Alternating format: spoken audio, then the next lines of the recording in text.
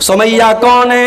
عمار کی ماں ہے، یاسر کی بیوی ہیں، ان کو ابو جہل نے باندھا ہوا ہے تپتی ریت پر، اور کھلے آسمان کے نیچے سورج دہک رہا ہے اور حضرت سمیہ کو باندھا ہوا ہے، اور ابو جہل کہتا ہے سمیہ اگر تو نے محمد کا دین نہ چھوڑا، اگر تو نے اسلام نہ چھوڑا تو اے سمیہ تیرے شوہر کے سامنے، تیرے جوان بیٹے کے سامنے میں تجھے ننگا کر دوں گا۔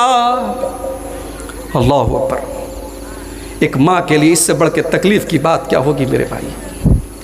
ایک ماں کو اگر اس کے جوان بیٹے کے سامنے ننگا کر دیا جائے، بے لباس کر دیا جائے، ایک ماں کے لیے اس سے بڑھ کے تکلیف کی بات کیا ہوگی؟ اے سمیہ تیرے ایمان کا کیا کہنا، اے سمیہ تیرے استقامت کا کیا کہنا، تو نے ابو جہل کی بات نہیں مانی۔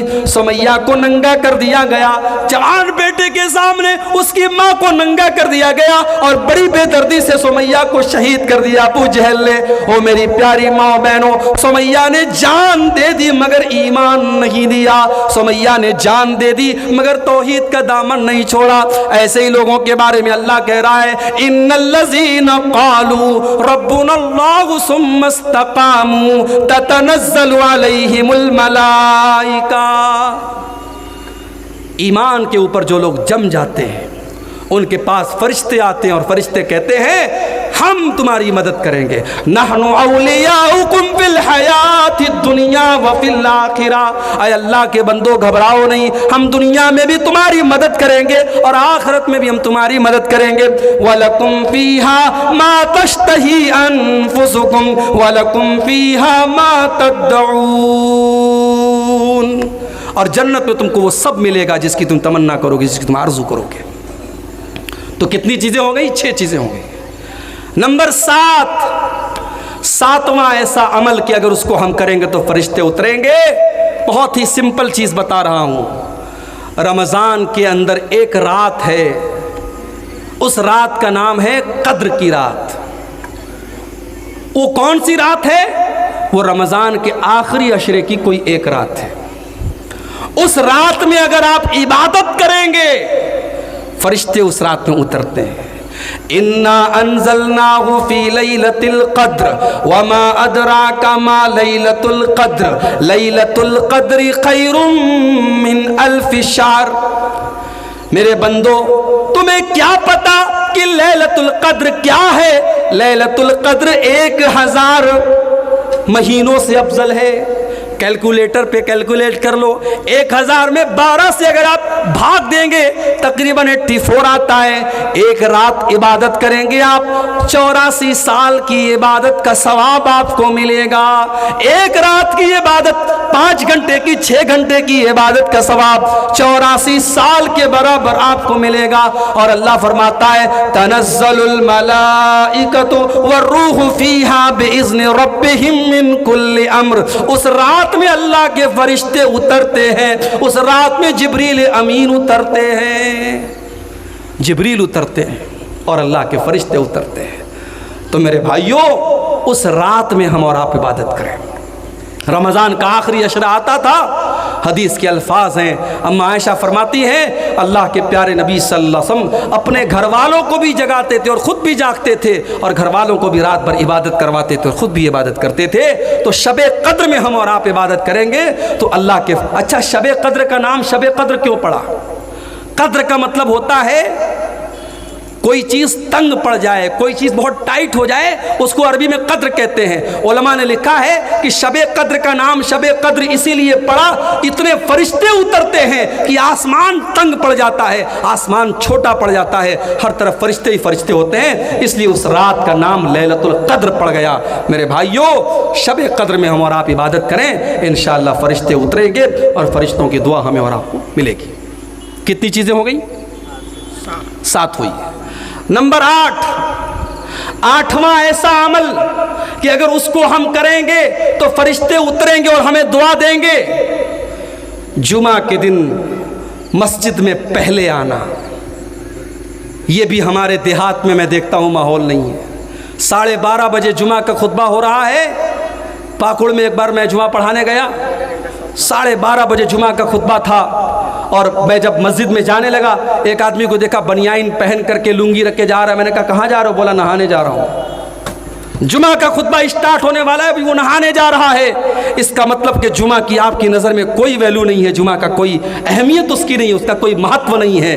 یاد رکھو میرے بھائی, اللہ کے نبی فرماتے ہیں, بخاری اور مسلم کی روایت ہے, اذا کان یوم الجمعۃ وقفت الملائکۃ علی باب المسجد, جب جمعہ کا دن آتا ہے اللہ کے فرشتے مسجد کے دروازے پر کھڑے ہو جاتے ہیں اور جو جتنا پہلے آتا ہے اس کا اتنا زیادہ ثواب لکھتے ہیں. جو سب سے پہلے آتا ہے اس کو اللہ کی راہ میں اونٹ کی قربانی کا ثواب ملتا ہے. جو اس کے بعد آتا ہے اس کو گائے کی قربانی کا ثواب ملتا ہے. جو اس کے بعد آتا ہے اس کو دمبا کی قربانی کا ثواب ملتا ہے. جو اس کے بعد آتا ہے اسے اللہ کی راہ میں مرغا کی قربانی کا ثواب ملتا ہے. جو اس کے بعد آتا ہے اسے اللہ کی راہ میں انڈا دینے کا ثواب ملتا ہے. لیکن جب امام صاحب آتے ہیں اور خطبہ شروع ہو جاتا ہے, اللہ کے نبی فرماتے ہیں طووا صحفہم, فرشتے اپنے رجسٹر کو بند کر دیتے ہیں. جزاک اللہ خیر. فرشتے اپنے رجسٹر کو بند کر دیتے ہیں, فرشتے اپنے رجسٹر کو لپیٹ دیتے ہیں. وَسَمِعُوا الذِّکْرَ, اور فرشتے بھی جمعہ کا خطبہ سننے لگتے ہیں. کتنے بد نصیب ہیں وہ لوگ جو امام کا خطبہ شروع ہونے کے بعد مسجد آتے ہیں. اللہ کے فرشتے ثواب لکھنے کے لیے مسجد کے گیٹ پر کھڑے ہوئے ہیں, ثواب لکھ رہے ہیں, اور ہم اتنے بڑے بد نصیب ہیں, ہمیں ثواب نہیں چاہیے, ہم ثواب سے اپنے آپ کو محروم کر رہے ہیں. میرے بھائیوں, کوشش کرو جمعہ کے دن پہلے مسجد میں آنے کی, سارے کام کو پہلے نپٹا دو.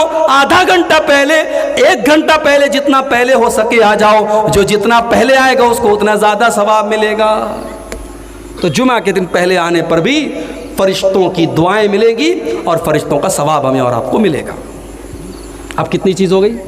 8 ہو گئی. نمبر 9, 9ویں چیز, اپنے مسلمان بھائی کی پیٹھ کے پیچھے اس کے لیے دعا کرنا. اپنے مسلمان بھائی کی غیر موجودگی میں اس کے لیے دعا کرنا, اس سے بھی فرشتے کی دعا آپ کو ملے گی. اللہ کے پیارے نبی صلی اللہ علیہ وسلم فرماتے ہیں ما من عبد مسلم يدعو لاخيه بظهر الغیب, جب بھی بندہ اپنے مسلمان بھائی کے پیٹھ کے پیچھے اس کے لیے دعا کرتا ہے, جب اپنے مسلمان بھائی کی پیٹھ کے پیچھے دعا کرتا ہے اس کے بغل میں ایک فرشتے کو اللہ تعالیٰ مقرر کر دیتا ہے, اور یہ جو بھی دعا کرتا ہے فرشتہ کہتا ہے آمین. مثال کے طور پر آپ نے اپنے بھائی کے حق میں دعا کی, اے اللہ تو میرے بھائی کو صحت دے دے, فرشتہ کہتا ہے آمین وَلَكَ بِمِثْلِ, اور فرشتہ کہتا ہے تیری بھی صحت اللہ اچھی کر دے. آپ دعا کرتے اے اللہ میرے بھائی کے کاروبار میں برکت دے دے, فرشتہ کہتا ہے آمین اللہ تیرے کاروبار میں بھی برکت دے دے. میرے پیارے ساتھیوں, جس دعا پر فرشتہ آمین کہہ دے اور فرشتہ بھی اس دعا میں شامل ہو جائے, سوچو اس دعا کی اہمیت کتنی زیادہ ہے. اپنے مسلمان بھائی کی پیٹھ کے پیچھے اس کے لیے دعا کیا کرو, سامنے سے نہیں. یا تو سامنے سے ہو رہی ہے, سامنے سے لوگ دعا کرواتے ہیں, پیٹھ پیچھے, وہ سامنے نہیں ہے, موجود نہیں ہے, پیٹھ پیچھے اگر آپ دعا کریں گے تو اللہ کے پیارے نبی صلی اللہ علیہ وسلم نے فرمایا کہ اس دعا کی برکت یہ ہوگی کہ فرشتہ آپ کے لیے دعا کرے گا. تو کتنی چیزیں ہو گئی؟ 9 چیزیں.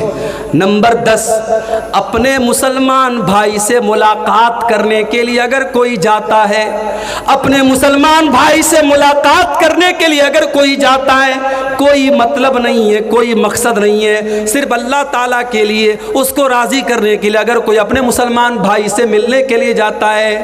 آج کے دور میں کون جاتا ہے بھائی؟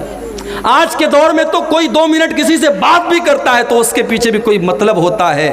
اللہ کے پیارے نبی صلی اللہ علیہ وسلم فرماتے ہیں ان رجلا زار اخا له, ایک مسلمان اپنے بھائی سے ملنے کے لیے جا رہا تھا. اللہ تعالیٰ نے راستے میں ایک فرشتے کو بھیج دیا. فرشتے نے روکا, کہا بھائی کہاں جا رہے ہو؟ کہا اپنے فلاں بھائی سے ملنے فلاں گاؤں میں جا رہا ہوں. فرشتے نے پوچھا کہ حلک من نعمت تربھا، کیا اس کا کوئی احسان ہے جو تم اتارنے جا رہے ہو؟ کیا اس کا تمہارے اوپر کوئی احسان ہے جو تم اتارنے جا رہے ہو؟ کیا کوئی کام ہے؟ کیا کوئی مطلب ہے؟ کہا نہیں، کوئی مطلب نہیں ہے، کوئی کام نہیں ہے، میں تو صرف اللہ تعالیٰ کی رضا کے لیے، اس کو راضی کرنے کے لیے جا رہا ہوں۔ میں اس لیے جا رہا ہوں کیونکہ میں اللہ تعالیٰ کے لیے محبت کرتا ہوں اپنے بھائی سے۔ میرے پیارے ساتھیوں، میں بنارس کا رہنے والا، میں یو پی کا رہنے والا، آپ بہار کے سیمانچل کے رہنے والے، ہمارے اور آپ کے بیچ میں 500 کلومیٹر کی دوری ہے، لیکن آپ مجھ سے محبت کرتے ہیں۔ رات کے 2:30 بجے 3 بجے آپ بیٹھ کر کے میری تقریر سن رہے ہیں، اس لیے کیونکہ میں آپ کے سامنے قرآن پڑھ رہا ہوں، نبی کی حدیثوں کو پڑھ رہا ہوں۔ اگر آپ واقعی میں آپ اس لیے محبت کرتے ہیں کیونکہ اللہ کے دین کی بات ہو رہی ہے، اللہ کی بات ہو رہی ہے، اگر یہ محبت واقعی میں اللہ کے لیے ہو رہی ہے، اس محبت پر بھی آپ کو ثواب ملے گا۔ اللہ کے پیارے نبی فرماتے ہیں، فرشتے سے وہ انسان کہتا ہے میں اپنے بھائی سے محبت کرتا ہوں اللہ کے لیے، کوئی پیسے کا معاملہ نہیں ہے، کوئی بزنس کا معاملہ نہیں ہے، کوئی احسان کا معاملہ نہیں ہے، صرف اللہ تعالیٰ کے لیے محبت کرتا ہوں۔ فرشتہ کہتا ہے اے مسلمان، میں اللہ تعالیٰ کی طرف سے فرشتہ ہوں اور میں تجھ کو یہ بتانے آیا ہوں کہ جب تو اللہ تعالیٰ کے لیے اس سے محبت کر رہا ہے تو اللہ تعالیٰ بھی تجھ سے محبت کرتا ہے۔ اللہ اکبر، اللہ بھی تجھ سے محبت کرتا ہے۔ جب آپ کسی سے اللہ کے لیے محبت کریں گے تو اللہ بھی آپ سے سچی محبت کرے گا، اور جس سے اللہ سچی محبت کرے گا اس کی خوش نصیبی کا کیا کہنا، اس کی خوش قسمتی کا کیا کہنا۔ تو میرے بھائیوں، یہ 10ویں چیز ہے، اگر اس پر ہم عمل کریں گے انشاءاللہ اللہ کے فرشتے اتریں گے اور ہمارے لیے جو ہے وہ ہمیں خوشخبری سنائیں گے اور ہماری اللہ تعالیٰ کی ہماری بخشش کی دعا کریں گے۔ اور آگے بڑھیے، ایک اور کام ہے جو کام آج کے جلسے میں آپ نے بہت کیا ہے، اللہ کی راہ میں خرچ کرنا۔ اللہ کی راہ میں خرچ کرنا یہ بھی بہت بڑا کام ہے، اور اللہ کی راہ میں خرچ کرنے والے کے لیے بھی فرشتے دعا کرتے ہیں۔ اللہ کے پیارے نبی صلی اللہ علیہ وسلم فرماتے ہیں کہ جب بندہ صبح کرتا ہے تو 2 فرشتے دعا کرتے ہیں۔ ایک فرشتہ کہتا ہے اللہم آت منفقا خلفا، اے اللہ جو تیری راہ میں خرچ کرتا ہے، جو تیری راہ میں دان دیتا ہے، جو تیری راہ میں چندہ دیتا ہے، جو تیری راہ میں مدد کرتا ہے، اے اللہ تو اس کے مال میں برکت عطا فرما، تو اس کو اور مال عطا فرما۔ اور دوسرا فرشتہ کہتا ہے اللہم آتی ممسکن تلفا، اے اللہ جو تیری راہ میں نہیں دیتا ہے، اے اللہ تو اس کے مال کو برباد کر دے، اے اللہ اس کے مال میں تو برکت مت دے۔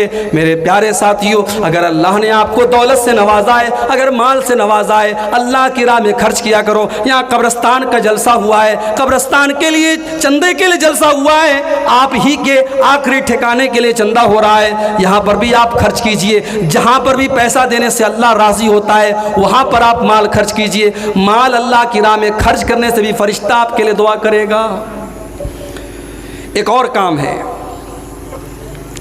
تہجد کی نماز پڑھنے سے بھی فرشتے اترتے ہیں زمین کے اوپر۔ شکریہ بیٹا، جزاک اللہ خیر۔ تہجد کی نماز پڑھنے والے کے لیے بھی فرشتے اترا کرتے ہیں۔ اللہ کے پیارے نبی فرماتے ہیں رات کے آخری حصے میں نماز پڑھا کرو، جب ساری دنیا بستر پہ سو رہی ہے، رات کا آخری ٹائم ہے، فجر کی نماز کا 1 گھنٹہ باقی ہے، رات کا آخری پہر ہے، وہ بڑا قبولیت کا ٹائم ہے، وہ بڑا ہی برکت والا ٹائم ہے۔ اللہ کے پیارے نبی فرماتے ہیں فَإِنَّ آخِرَ اللَّيْلِ مَشْهُودًا، وہ ٹائم ایسا ہے کہ فرشتے اترتے ہیں، وہ ٹائم ایسا ہے فرشتے اتر کر کے تم کو دعائیں دیتے ہیں، اس وقت اٹھ کر کے تم تہجد کی نماز پڑھا کرو۔ تہجد کون پڑھتا ہے بھائی؟ یہاں تو 5 ٹائم کی نماز کے لالے پڑے ہیں، کرکٹ میچ چل رہا ہے، نوجوان اسی میں پڑا ہوا ہے، نوجوان کرکٹ میچ میں لگا ہے، نماز پر نمازیں نکل رہی ہیں اور یہ بیچارہ بیٹھ کر کے میچ دیکھ رہا ہے۔ میرے نوجوان ساتھیوں، 5 ٹائم کی نماز تو پڑھنا ہی ہے، رات کے آخری حصے میں اٹھ کر کے جب دنیا والے بستر پہ سوئے پڑے ہوں اس وقت اٹھ کر کے کوئی اللہ کی بارگاہ میں جب تہجد کی نماز پڑھتا ہے، یہ نماز اللہ کو بہت پیاری ہے، یہ نماز اللہ کو بہت پسند ہے۔ آپ جمعہ کے دن جب مسجد میں جاتے ہیں اور فجر کی نماز پڑھتے ہیں تو فجر کی نماز میں پہلی رکعت میں امام صاحب اللہ کے رسول کی سنت کے مطابق پہلی رکعت میں سورہ سجدہ پڑھتے ہیں۔ سورہ سجدہ کی یہ آیت بھی آپ سنتے ہوں گے، تتجافى جنوبهم عن المضاجع يدعون ربهم خوفا وطمعا ومما رزقناهم ينفقون. اللہ کے وہ بندے جب رات میں لوگ اپنے بستروں پر سوئے رہتے ہیں، وہ بستروں سے الگ کھڑے ہو کر کے اللہ کی بارگاہ میں سجدہ کرتے رہتے ہیں، اللہ سے دعائیں کرتے رہتے ہیں، اللہ سے مانگتے رہتے ہیں. اللہ فرماتا ہے فَلَا تَعْلَمُ نَفْسٌ مَّا أُخْفِيَ لَهُم مِّن قُرَّةِ أَعْيُنٍ جَزَاءً بِمَا كَانُوا يَعْمَلُونَ.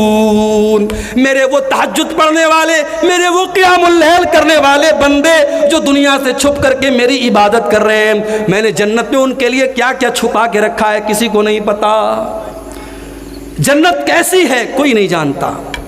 اللہ نے اپنے تہجد پڑھنے والے بندوں کے لیے جنت میں بہت ساری نعمتوں کو چھپا کر کے رکھا ہے. میرے پیارے ساتھیوں، تہجد پڑھا کرو. اللہ کے پیارے نبی فرماتے ہیں تہجد کے ٹائم بھی فرشتے اترتے ہیں. اور آگے بڑھیے، ایک اور کام کرنے سے بھی فرشتے اترتے ہیں، توبہ کرنا، اللہ تعالیٰ سے معافی مانگنا، اللہ تعالیٰ سے اپنے گناہوں پر رونا، توبہ کرنا. بڑا مشہور واقعہ ہے، بنی اسرائیل میں ایک آدمی تھا جو 99 لوگوں کا قاتل تھا.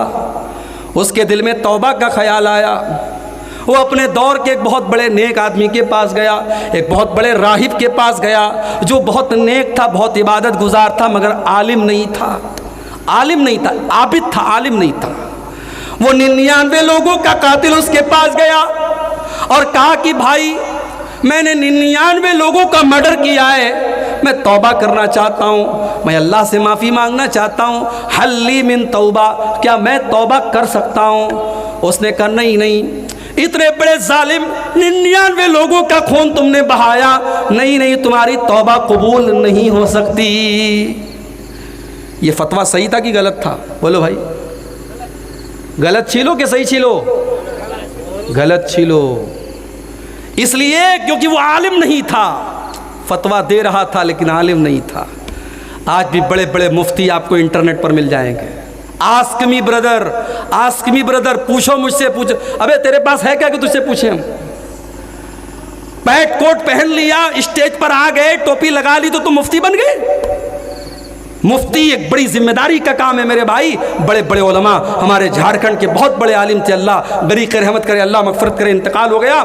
علامہ عبدالعزیز حقانی رحمۃ اللہ علیہ بہت بڑے عالم تھے، مفتی تھے. وہ واقعی میں مفتی تھے. پوری زندگی انہوں نے پڑھنے پڑھانے میں گزاری. یا تو 4 کتابیں آدمی پڑھتا ہے اور مائک ہاتھ میں لے لیتا ہے اور کہتا ہے پوچھو بھائی میں جواب دوں گا. مفتی بننا بچوں کا کھیل نہیں ہے میرے بھائی، فتویٰ دینا بچوں کا کھیل نہیں ہے. اس لیے میں کہتا ہوں عالم کا کام جاہل کو مت دو میرے بھائی، جو کام عالم کا ہے وہ عالم سے کرواؤ.